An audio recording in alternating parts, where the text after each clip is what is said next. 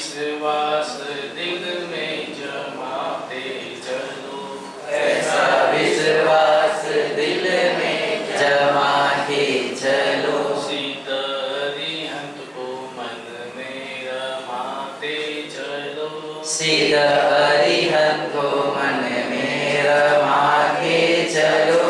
वक्त आएगा ऐसा कभी न कभी, वक्त आएगा ऐसा कभी ना कभी।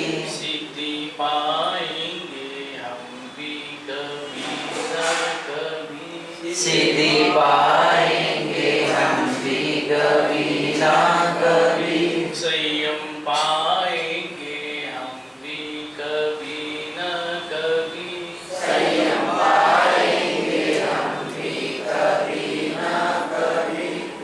जिन्होंने अपने प्रबल पुरुषार्थ के माध्यम से मोक्ष पद को प्राप्त कर लिया, उन सभी सिद्धात्माओं के पावन सी चरणों में हमारी भाव भरी वंदना।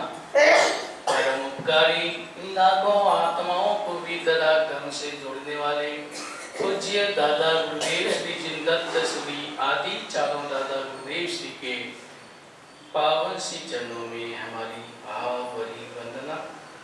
परम पूज्य गणनायक श्री सुख सागर जी महाराज साहिब के पावन सी चरणों में हमारी भाव भरी वंदना। परम पूज्य आचार्य सम्राट श्रीमद जिनकांति सागर श्री जी महाराज साहिब के पावन सी चरणों में हमारी भाव भरी वंदना।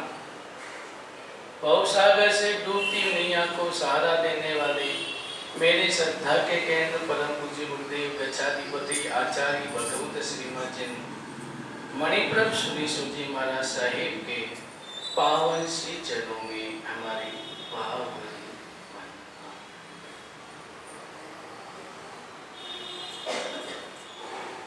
जिनेश्वर परमात्मा ने केवल ज्ञान को प्राप्त करने के पश्चात हर जीव को आत्मा का बोध दिया।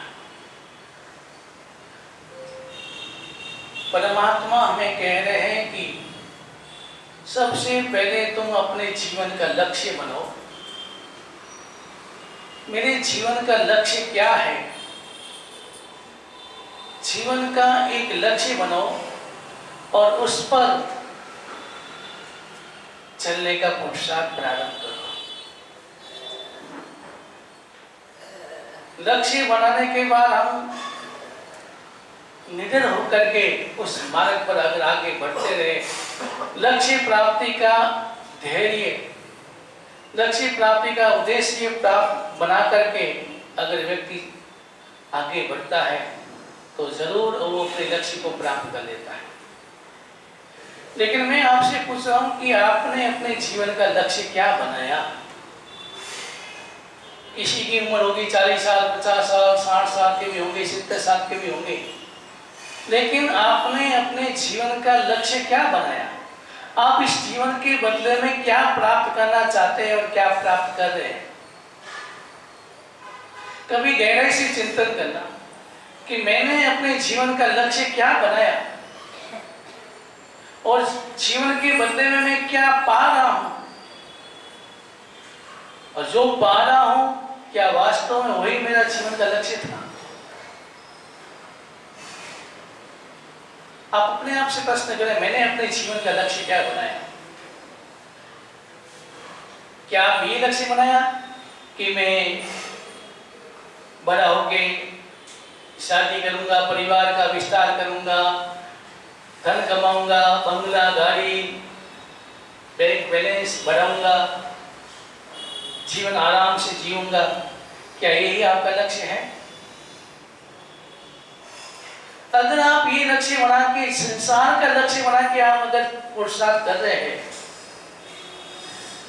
तो वो पुरुषार्थ, वैसा पुरुषार्थ हमने अनादिकाल से किया है। अनादिकाल से हमने अपने जीवन का लक्ष्य बस यही बनाया। त्रिंच में गए तो एक लक्ष्य था, पेट भरना। त्रिंच में हम क्या किया? क्या लक्ष्य था हमारा? पेट भरना, बस यही मेरा लक्ष्य था। अनंत जन्म में हमने ये लक्ष्य बनाया, कभी इकंदी में गए, कभी बेंदी में, तेंदी में, चौरंदी में, पंचंदी में हमारा जन्म होता गया, लेकिन हमारा हर जन्म का अलग अलग लक्ष्य था। लेकिन परमात्मा कहते हैं यहां तुम्हें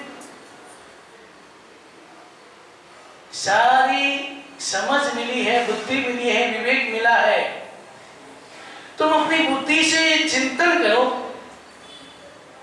कि मैं अपने जीवन का लक्ष्य क्या बनाऊं, और जो बना रहा हूं, जो अभी वर्तमान में मेरा जीवन का लक्ष्य मैं बनाया है, क्या वास्तव में वही मेरा लक्ष्य है?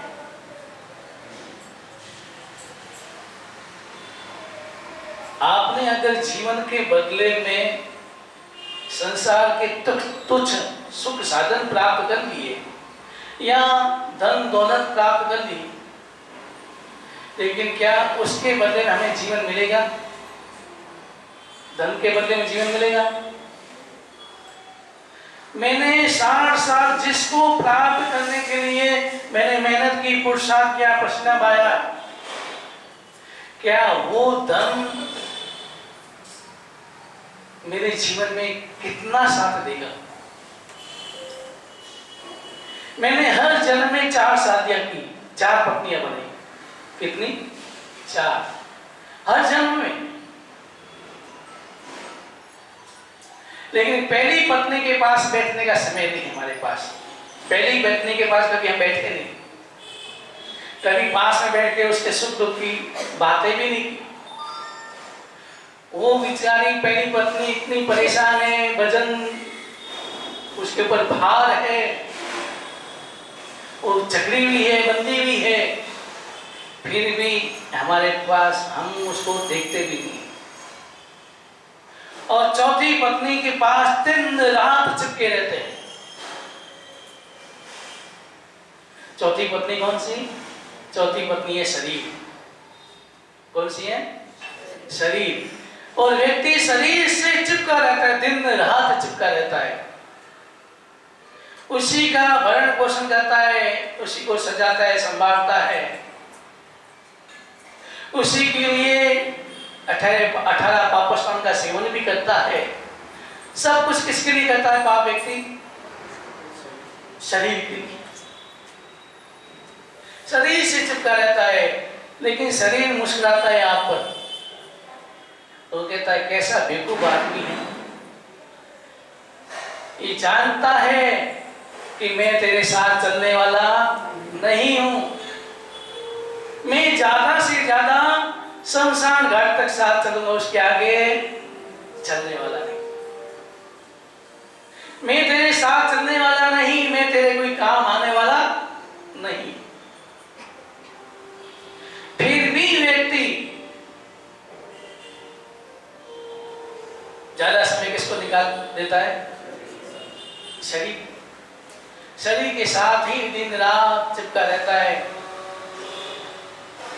जो शरीर में बसा हुआ आत्मा को भूल जाता है, शरीर में बसा हुआ मन के अधीन हो जाता है, और मन जैसा आदेश देता है उसका व्यक्ति पालन करता है। इंद्रियां जैसा आदेश देती है वैसा वो उनके लोग उसका अनुसरण करते हैं। लेकिन सब जानते हैं कि शरीर नाशवान है, शरीर राख में बदलने वाला है। शरीर को राख बदल जाए, राख में बदल जाएगा और गलियों में उड़ेगी।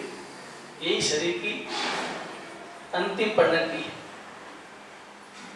फिर भी व्यक्ति जानते हुए भी शरीर और मन और इंद्रियों के कारण व्यक्ति आत्मा के लिए कुछ नहीं कर पाता। तपस्या करने के भाव आते हैं, मन अगर मना करते हैं, भूख लगी नहीं है, तपस्या नहीं होती, मेरे से नहीं होता है। कई व्यक्ति कहते हैं महाराज साहब क्या करूं, तपस्या मेरे से होती नहीं। होती नहीं तू करता नहीं, अंतर है। होती नहीं क्यों नहीं होती? क्योंकि तुम मन के गुलाम बन गए।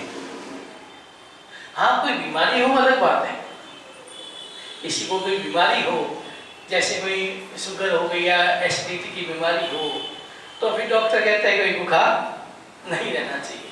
लेकिन आप स्वस्थ हो और फिर मन के आदि, मन के गुलाम बनने के कारण कहते हैं महाराज जी मेरे से तपस्या नहीं होती। चाहे तपस्या हो, चाहे आराधना हो, चाहे साधना हो, चाहे परमात्मा की पूजा हो, भक्ति हो, सामयिक हो, प्रतिक्रमण हो, औसत हो, ये जो आत्मा के उपकरण है उससे व्यक्ति मन के कारण दूर भागता है।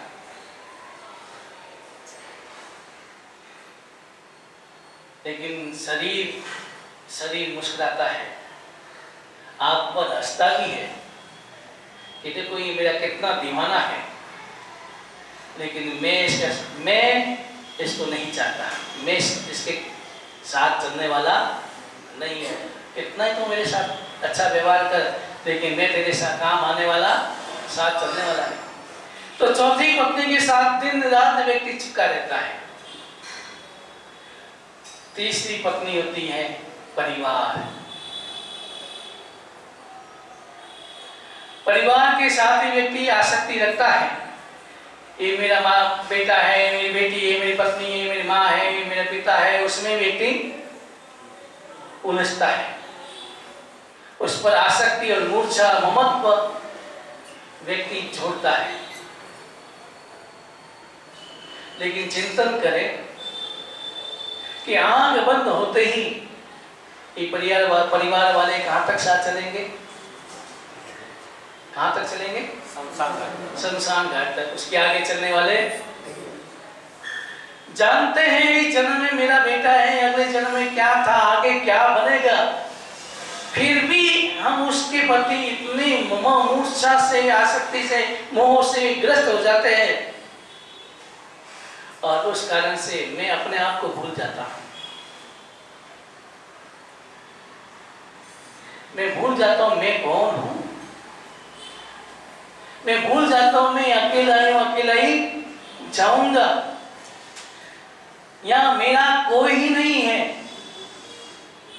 सावक हमेशा एक ही भाव होता है, मेरा यहाँ कोई नहीं है और यूं सब मेरे।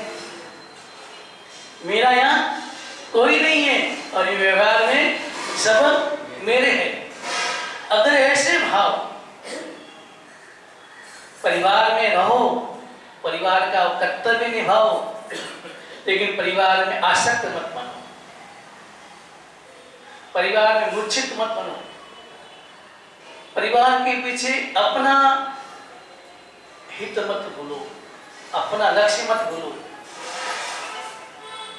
अपने जीवन जागरूकता से जियो। तो परिवार के साथ में हमारी आसक्ति के भाव रहते हैं और हम दिन रात उनको खुश करने के लिए दिन रात पुरुषार्थ करते हैं, दौड़ते हैं, भागते हैं, खुश करते हैं। मेरे परिवार सुख से रहे, मेरे परिवार को हर तरह की सुख सुविधा में प्रदान करूं। सुख सुविधा देना आपका कर्तव्य है, लेकिन उसमें आसक्त बनना ये मेरे लिए घातक होता है, ये मेरे लिए नुकसानदायक होता है। मैं अगर किसी के प्रति आसक्त बनता हूँ, मूर्छित बनता हूँ, आसक्ति के भाव अगर गहराई से मैं उसके प्रति आसक्ति के भाव रखता हूँ और मुझे उसके अलावा कुछ दिखता भी नहीं है, तो समझना वो मेरे लिए नुकसानदायक, मेरे लिए यानी मेरी आत्मा के लिए। तो परिवार में रहो, कर्तव्यों का पालन करो, किसी के प्रति आसक्ति के भाव मत रखो, भाव एक ही रखो, मेरा यहाँ कोई नहीं है, मैं अकेला आया हूँ, अकेले मुझे जाना है, बस ये भाव हर समय रखो। तो तीसरी पत्नी है परिवार और दूसरी पत्नी है धन दौलत, संपत्ति, धन दौलत, ये साधन। व्यक्ति धन दौलत में भी चिपका रहता है,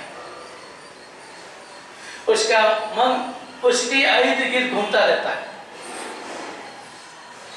बस उसे मैं और कैसे प्राप्त करूं, उसके लिए वो चिंतन करता रहता है।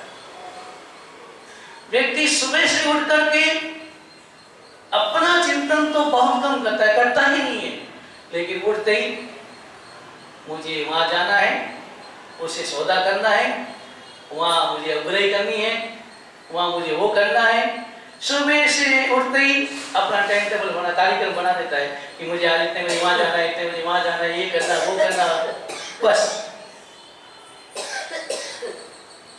लेकिन ये अपनी खबर नहीं लेते, अपने बारे में कुछ नहीं सोचते। ऐसे नहीं सुबह उठते ही सबको प्रणाम करके एक समय करूं, प्रतिपन्न करूं, नौकार मंत्र का जाप करूं, स्वाध्याय करूं, ये किसका कर्तव्य है? श्रावक का कर्तव्य है। लेकिन क्या वो अपना कर्तव्य निभाते हो? आप वो कर्तव्य पूरा करते हैं? संसार के कर्तव्य को तो पालन करने के लिए, पूरा करने के लिए व्यक्ति दिन रात पुरुषार्थ करता है, क्योंकि उसमें आपकी रुचि है, मोह है, मूर्छा है, आसक्ति है। इस कारण से आपकी रुचि उस पर है, उस दिशा की और रुचि हमारी होती है। लेकिन स्वयं के लिए, स्वयं की चेतना के लिए, उसके लिए हमारे मन में रुचि नहीं, और उसके लिए, उसको पुष्ट करने के लिए, उसे मुक्त करने के लिए मैं कुछ भी नहीं कर पाता। तो धन दौलत के पीछे भी व्यक्ति अंधा हो जाता है, दिन रात भागता है, पुरुषार्थ करता है, पसीना बहाता है, न खाने की परवाह करता है, न पीने की परवाह करता है, न परिवार की परवाह करता है। परिवार के पास बैठ करके सुख दुख की बात भी करने का समय नहीं रहता है। आप में से बताओ कितने लोग ऐसे हैं कि आधा घंटा बैठ करके अपने परिवार में वार्तालाप करते हैं। परिवार में यानी माता पिता के पास बैठ करके, अपने बच्चों के पास बैठ के संस्कारों की बात करना, धर्म की बात करना, या उसके सुख दुख के भाव पूछना कि कोई तकलीफ तो नहीं।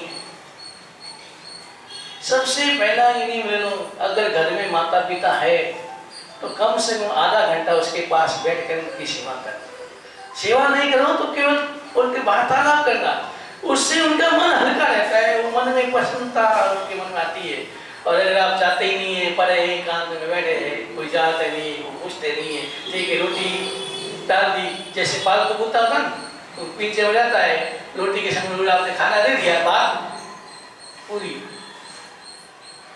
माता पिता तो हमारे ऐसे नहीं।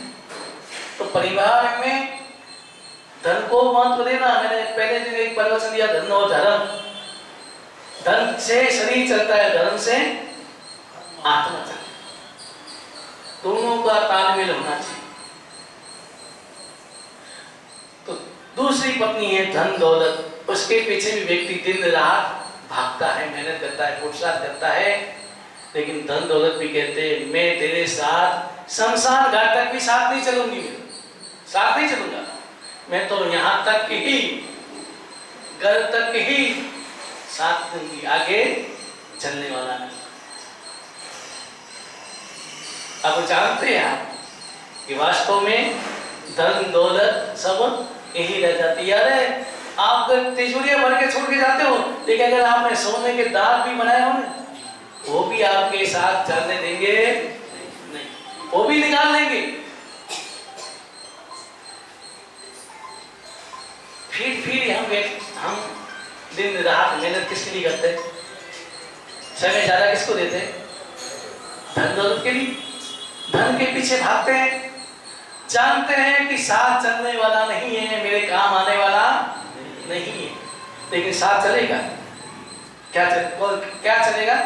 जो आप दोगे वो साथ चलेगा, जो जोड़ोगे वो यही निकलेगा। जो देखते जाओगे, जो धर्म में लगाओगे, गरीबों में लगाओगे, जो पुण्य काम करोगे, वो तुम्हारे साथ चलेंगे।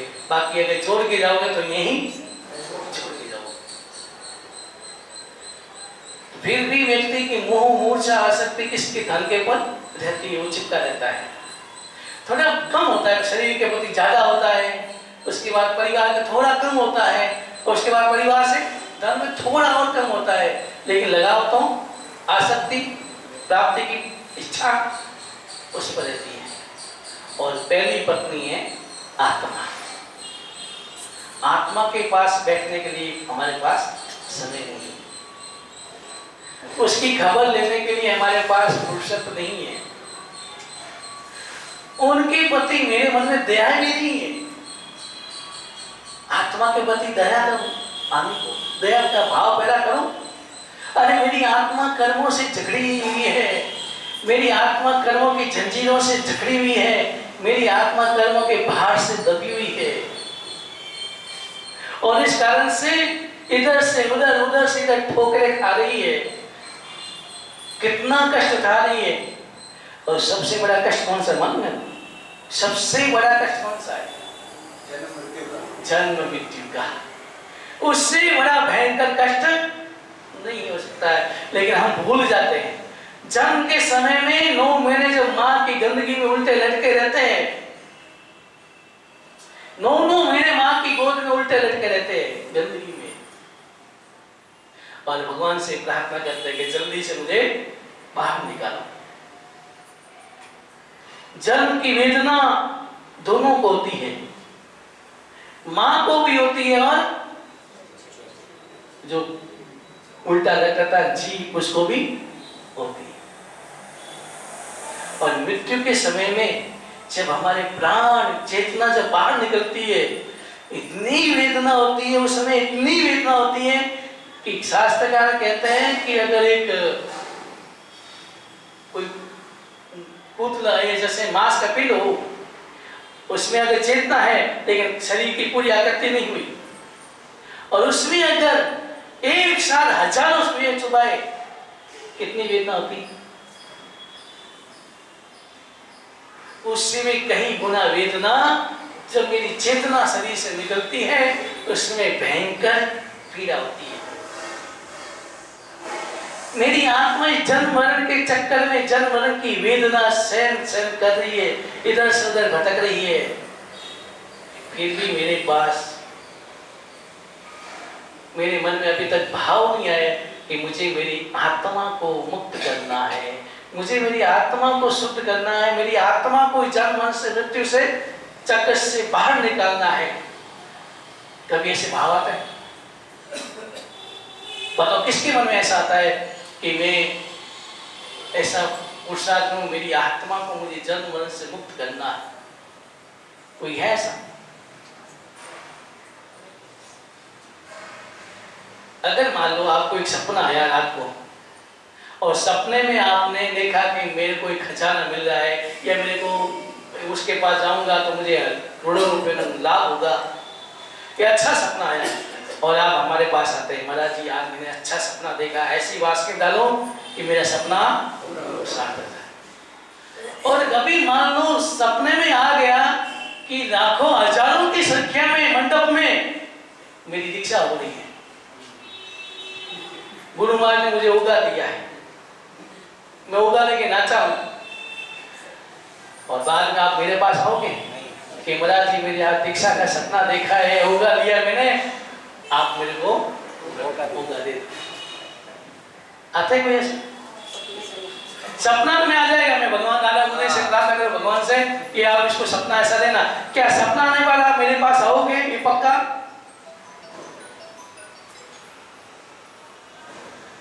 संसार का सपना तो अनादिकाल से देखते आए और सपने के पीछे भागते रहे,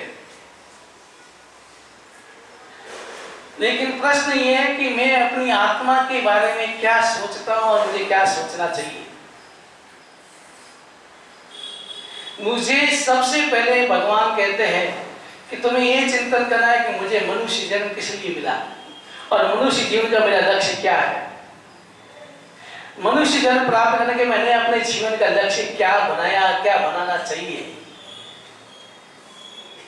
क्या बनाया आपने लक्ष्य, और क्या बनाना चाहिए? लक्ष्य बनाना चाहिए। मेरे जीवन का मनुष्य जीवन प्राप्त करने के बाद में मेरा एक ही लक्ष्य होना चाहिए कि मुझे मेरी आत्मा को कर्मों से मुक्त करना है। और इसलिए अपन श्रीमंदिर स्वामी के स्मरण गाता है कि मेरा जन्म श्रीमंदिर क्षेत्र में हो, जैन कुल में हो, जन्म से नौका सुनाए और परमात्मा के हाथ से दीक्षा हो और कर्म क्षय करके श्रीमंदिर स्वामी के स्मरण गाते हैं। मैंने आपको जन्म है वो आपसे ऐसे तो नहीं कोई, लेकिन यहाँ आपको मिल गया, मनुष्य जन्म मिल गया, अनुकूल वातावरण मिल गया, जिन वाणी मिल गई, जिन प्रतिमा मिल गई, सब कुछ साधन है, तो आप हमारे पास आपके ये तो नहीं कहते कि महाराज साहब बस अब मुझे दीक्षा दे करके मैं कर्म क्षय करके मोक्ष में जाना चाहता हूँ। कभी ऐसे भाव आते हैं? मैं कभी कभी देखता हूँ कई मेरे युवक पहचान होते हैं, जब दीक्षा शादी से पहले कहता है मेरा दीक्षा ले ले, अच्छा शादी में कुछ नहीं है, लेकिन उस समय क्या करता है, आश्चर्य रह जाता है। और शादी होने के बाद 2-4 साल बाद 5 साल बाद आता है, महाराज जी आप सही कहते थे, शादी नहीं करता तो अच्छा रहता। भी ले लो, भी नहीं 4-5 साल बाद ही ले दो, वो लीला मगर वो लेना आना वही बोल रहा हूँ, अलग बात है, लेकिन उसको फील हो गया कि वास्तव में संसार में कुछ नहीं है। शादी ऐसा लगता है खाए तो ही पछता है, नहीं खाए तो भी पछता है। ये तो आपका अनुभव है, मेरा मानना लेकिन नहीं ऐसा। और इसलिए शादी होती है तो लड़की रोती है, अभी तो वो भी बंद हो गया क्योंकि लिपा पोटी करती है भूल जाए, लेकिन पहले रोती थी तो उसके भाई ने पूछा मम्मी मम्मी मम्मी जीजा जी नहीं रोते, जीजी क्यों रोती है? तो बात करो नहीं, तो आपका अनुभव हो गया, आपको नहीं है, सबको अनुभव है, मेरे को नहीं है सर, ये शादी के बाद सबको नहीं। तो भी जानते हैं, आप जानते हैं कि शादी में सुख नहीं है, तो आप अपनी बेटी को मत बोलो कि भाई मेरा शादी मत कर, मैंने की, मैं जानता हूँ इसलिए तुम मत कर, तो उसको मत गिराओ, उसको हमारे पास भेजो, उसको बोलो तुम आत्मा का कल्याण कर, संसार में कुछ नहीं है, संयम में धर्म में जाएगा, धर्म की शरण पर स्वीकार करेगा तो तेरा कल्याण होगा। ऐसी भाव भावने वाला भी कितने लोग। सर जी मेरे दोनों बच्चे का मैं शादी नहीं कर पाऊँ करके पछता लिया था 10 साल पहले, बहुत बढ़िया बात। लेकिन हमारे घर में भी, मेरे घर में मेरी नानी थी, नानी बहुत प्रेरणा देती थी, दीक्षा लेना, तुम दीक्षा लेना, संसार में कहीं नहीं, वो हमेशा कहते थे। और फिर मैं बचपन में मेरे पास में थाना था, आपको मालूम नहीं है, मेरे घर के पास भी था, तो हमारे उत्तम मुनि जी 3-4 चक्रवास किया, तो उनके पास भी बहुत जाता था मैं, और उन्होंने धर्म के संस्कार किए, गया तो कुछ मैं पाया, गया कुछ नहीं। ये लोग उत्तम मुनि जी मेरे साथ ही लेते थे, अभी यहाँ चतुर्मास है ना, मालूम हो, वो मेरे से 7 साल पहले दीक्षा दी, 6 या 7 साल पहले दीक्षा दी, मैं बाद में दी, लेकिन हम साथ काफी थे।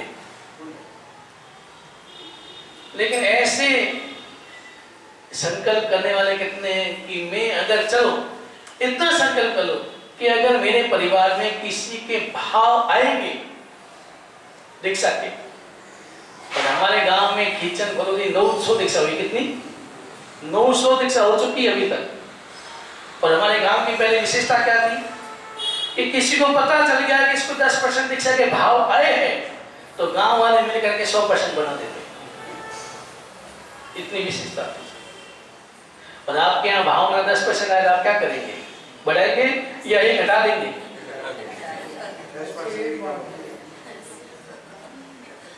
तो इतना संकल्प करो आज कि अगर मेरे परिवार में किसी के भी संसार अगर दीक्षा के, धर्म के करने के, दीक्षा के, तपस्या के, धर्म के कोई काम करने की भाव आए तो मैं उसको रोकूंगा, रोके बिना रहूंगा, अरे दोनों में नहीं, ऐसे नहीं, रोकना नहीं।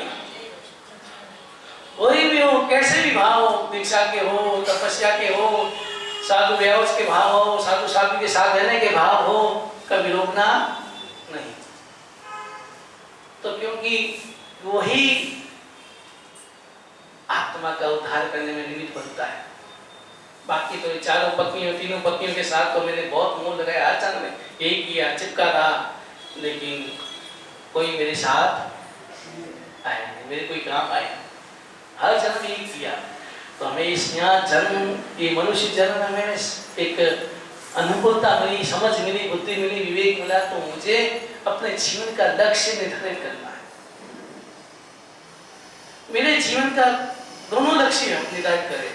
मैं अगर संसार में रहता हूं तो मेरे संसार के कर्तव्यों का पालन भी करना है मुझे, कर्तव्यों का पालन करूंगा, कर्तव्यों से कभी मुंह नहीं मिलूंगा, लेकिन साथ साथ मेरी आत्मा के लिए भी मुझे समय निकालना है। मुझे मेरी आत्मा के लक्ष्य के प्रति जागरूक रहना है। लक्ष्य तो मेरा यही है, यात्रा मेरी इसी लक्ष्य से प्रारंभ हुई है। मंजिल कहाँ है हमारी? मंजिल कहाँ है? मोक्ष।